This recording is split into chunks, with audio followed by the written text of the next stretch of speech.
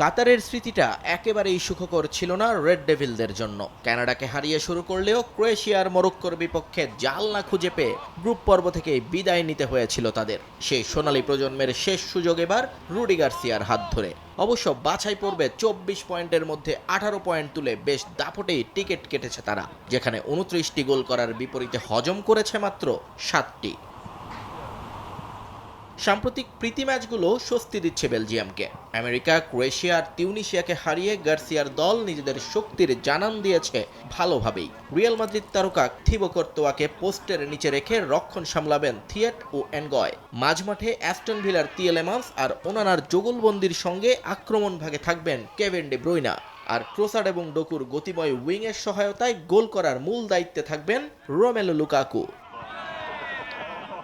অন্যদিকে আফ্রিকার পরাশক্তি মিশর গত 7 বিশ্বকাপ ম্যাচের একটিতেও জয়ের মুখ দেখেনি। 1934, 90 কিংবা 2018 সব আসরেই সঙ্গী হয়েছে পরাজয়। তবে এবার সকল নেতিবাচক ক্ষত ভুলে ঘুরে দাঁড়াতে মরিয়া ফারাওরা।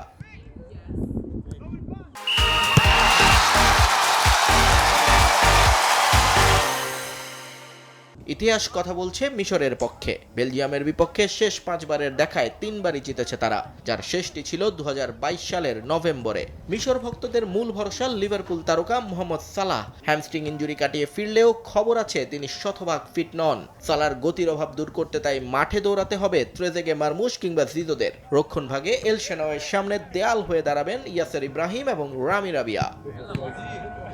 নিয়ন মোহাইমিন, সময় সংবাদ।